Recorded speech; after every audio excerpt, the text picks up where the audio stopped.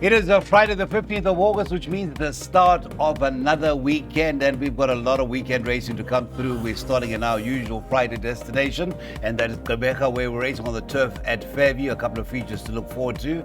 And then tomorrow, it'll be back to the Western Cape for racing from Kenilworth, the Hollywood Bets at Kenilworth. And then a Sunday racing comes through from the Big T right here on the Highveld. Just as we go on to the presentation of our previews, it is congratulations to all the recipients of the Equus Awards last night. Well done to them, and may they have another grand season ahead of them. Right, Saliba to give us his thoughts on what should be a good day, a day for favourite followers, is of course Mr. Nino Podesta. It is a Fairview on turf, and without further ado, he's been standing by. Nino, very good morning to you. Good morning to you too, Cecil. And firstly, I just would like to extend my big congratulations to Mr. Alan Krief and the owners of Golden Palm. Indeed. Race 1 starts the bipod, and I think the Roaring Rock on form is the horse to beat. I think it's a safe banker because if it doesn't win, I think it will run second. The rest of the field is not too strong. But I wouldn't be taking the price of 6 or 7 to 10 because there's big talk about number 3, Cecil. All systems go. Yes, so be very careful and watch the betting on the first timer. But in the bipod, I think you should be good enough to run second or first. All right, so that is the Roaring Rock, made best bet by Computer Form. That's a banker in the bipod for Nina, and of course the first time he's talking about is the 3.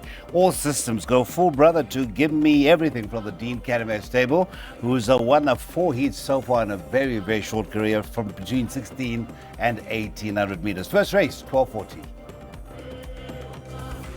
All right, so then race 2. It is Women's Month, is named the Sharon Kotson Maiden Plate. It's the 3-year-old fillies 1400-meter event. We have another odds-on favorite, and it is ditto, as was the case in race 1. Alan Krief and Richard Fourie. Here's the first meeting of the season. We'll get confirmation from Nino in a short while. But you got a very well-related 3, Call Me Clarion. 3 runs in the Western Cape. 4 trainer Candice Bass Robinson didn't really pull up any trees. Now with the Tara Lang, well related, of course, half-sister to the winner of the Off to Stud Stakes a few weeks ago in KZN. And this is Call Me Clarion. And then, of course, the 4 Haze and Smokers attracted a little bit of anti-post support. But right now it is deep, very short Olive Oil. And that is number 1. I take it this is Richard's first meeting in the Gqeberha region for the season, Mr. Podesta. Yes, Cecil, I believe you're right. For the new season, first meeting back from holiday or suspension, I'm not sure, but you're 100% correct. First meeting back. And Olive Oil is obviously the horse to beat here. The one-eyed filly lost a jockey last time, so obviously you got to ignore that run. The run before that was a good one behind the Tower of London over course and distance, well drawn at 2. But I think she's going to have a bit of competition here with the number 5, Morphalia from the Justin Snay stable that brings some fair Cape Town form. In the PA, I think you can banker either or, but in the bipod, I'll put both in. Okay, so it is banker the 1 by banker the 4 in the third race, which will be the start of the Pick 6. That outlays 42 Rand, and get those PAs on by 13 or 15. Tara Lang, Mary rated at 74 handicap is where we go next. And that is race number 3, our first handicap of the afternoon. And of course, again, applauding another remarkable lady in the form of Tara Lang, who's been in the ranks for a long, long time and has really held her own. It is another 1400-meter event that will see the start of the Pick 6. We do have Richard Fourie and Alan Krief with the favorite. That is Winter Emerald. Not odds on this time, I might add. It is 5-2. And then it is 7-2 by the likes of French Flame, ex-Dean Canamere. Craig Zaki, who of course is attached to the Canamere stable, retains the right, but this time it is now under the tutelage of Gavin Smith. So that is race number 3, first leg of the Pick 6, 10 minutes to 2. Mr. Podesta, I see you banking the 4 in the PA. We've got the 2 scratchings, by the way. 6 always shining at the 7, Das Good, who ran just Tuesday, a few days back. What are we going to do in the Pick 6? Is it also a banker the 4, or are you going a few more? No, I'm going a few in the pick six, but in the PA, I'm going to bank this horse because it's my clear first choice. That last run, everything went wrong for it. You can just put a line right through that run. He's going to run a much bigger race today. He's going to be very competitive. I can't see him miss. I do give French Flame a chance, and I even think that Tara Lang, because this race is not because the race is named after her, but I think she can. Number 5, New Mexico, the newcomer to PE, and Grand Allegra, obviously. So I think I put in 1, 3, 4, and 5 in the pick six. Oh, you're bridging the two who shouldn't be really too far off them. You don't like Got the Fever? No, she's a filly. I don't like that. Okay, thank you very much. 1, 3, 4, and 5. That is the numbers for that first leg of the pick six. And we do have the banker in leg number 4, which will be race number 6. You Get on the Block, Kelly Mitchley. That is the title of race number 4. It's named after her. She's been in the ranks a few years and she's already made her presence more than felt. It's a Kelly Mitchley merit rated 74. This time we go over the 1600 meters. Start of jackpot 1, and that should be off at 14.25. As far as the changes go, nothing to update you on at the moment. It is business as usual as far as the betting ranks go, though. The one Greenlight Legend has been on the track 3 times in Gqeberha since relocating from at the Western Cape, where it was a maiden, and has won at 3 on the trot, 2 on the turf, 1 on the poly, which was the latest win.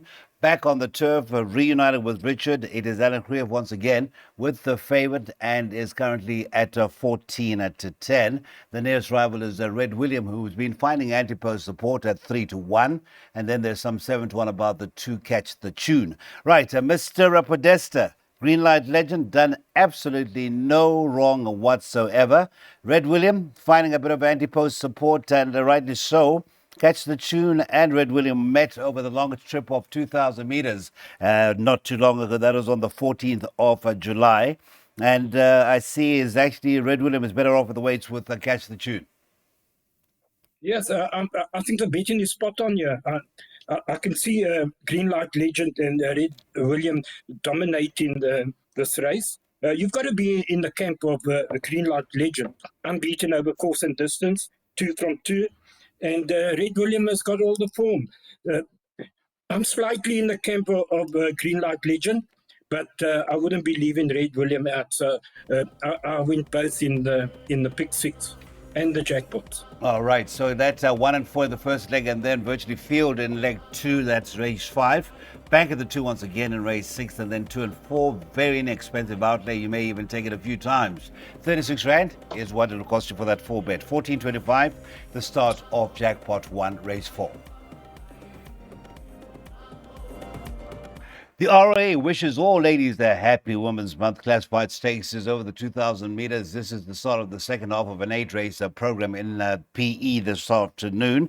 That is race number 5. We go over the 2,000 meters, and the favorite, who seems to be upwardly mobile, is number 4, Henry's Hedge, and that is currently at 22-10. 4-1 is number 1, George Handel. It's 9-2 about number 3, that is Garden Sun. Be with the boys. Things didn't go right last time out. When relocated to the Gav Smith stable. More is expected this afternoon, 6-1. Now, form update from Tuesday. George Handel on the poly over the trip. That is 2,000 meters. Finished second, and that was 1.75 lengths behind a consistent Roll the Dice. So that is George Handel, number 1, finishing second, 1.75 lengths behind Roll the Dice. Right, Mr. Podesta, tell us more about Henry's Edge. Well, Ingrid Edge ran in a much stronger race behind Pie Night last time, and with Chad Little is the horse to beat. But this is a trappy race, Cyril, because we're talking about George Handel. Now, this horse ran on Tuesday over 2,000 meters on the poly, and as you rightfully said, ran a length or so behind Roll of the Dice. 3 days later, he's running over 2,000 meters on the turf. Now, you can rest assured that Mr. Zietsman Woesthuizen wouldn't be running him today if he didn't take that race well. So you've got to respect him. But we as punters will always have that worry in factor in our minds because we don't know how he took that race.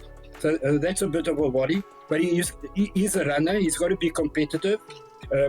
Like I said, Henry's Edge is the horse to beat. And then Beer with the boys. Last time out, she did not light the poly one bit. You can put a line right through that. You can expect a much better run today on the turf over 2,000 meters.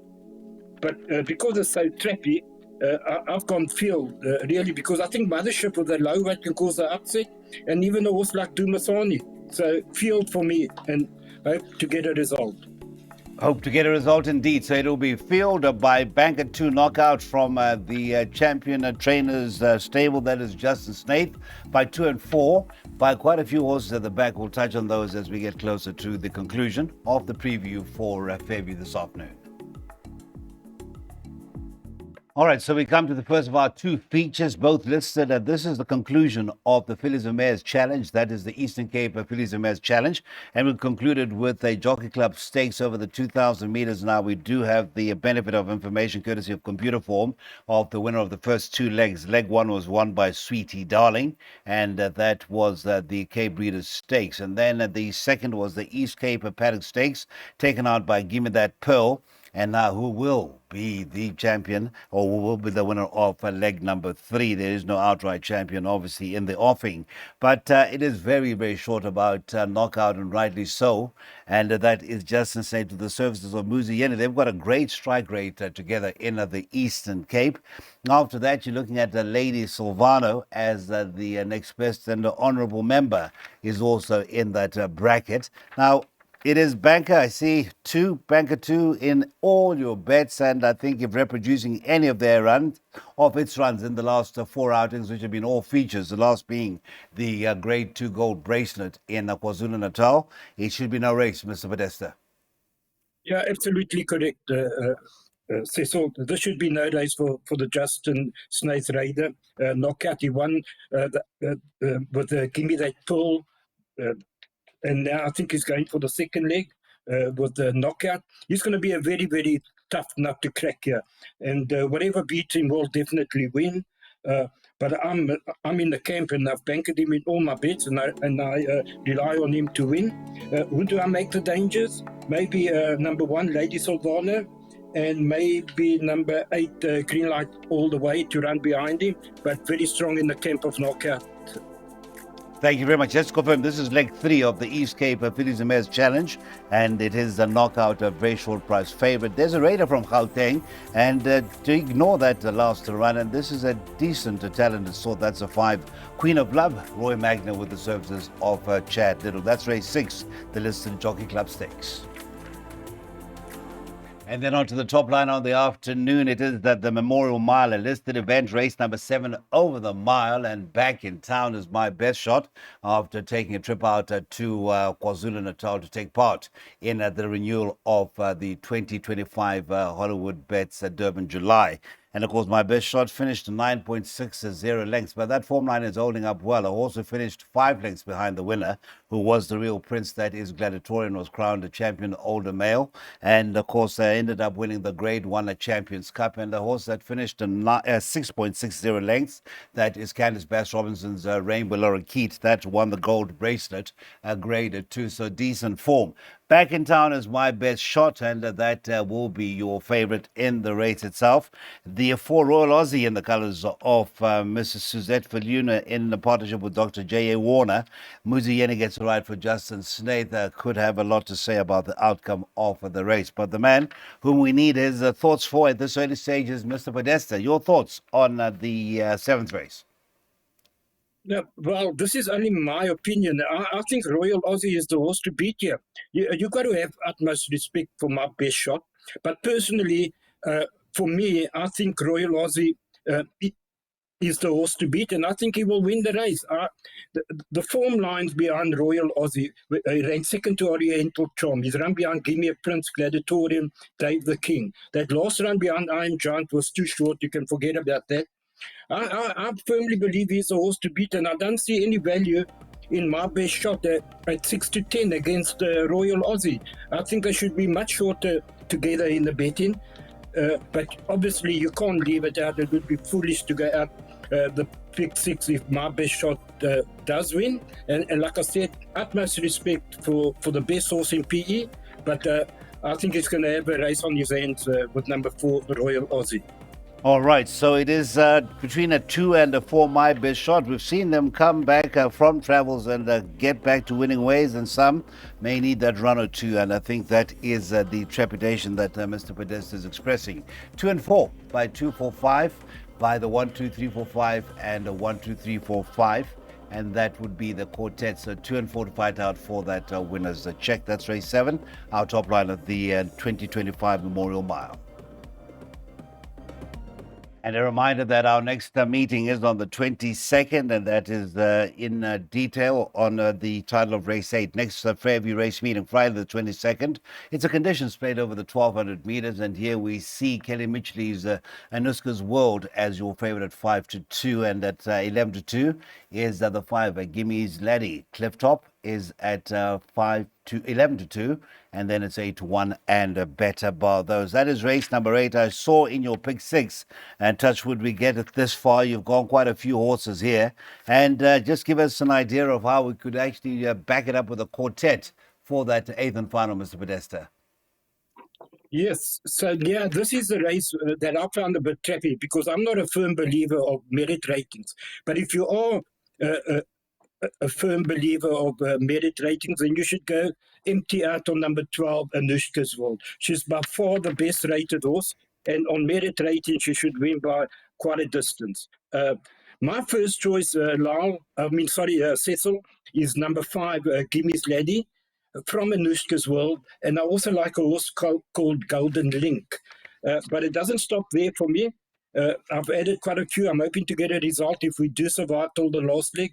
And the quartet suggestion for me would be to row 5 and 12 with as many horses as you can afford.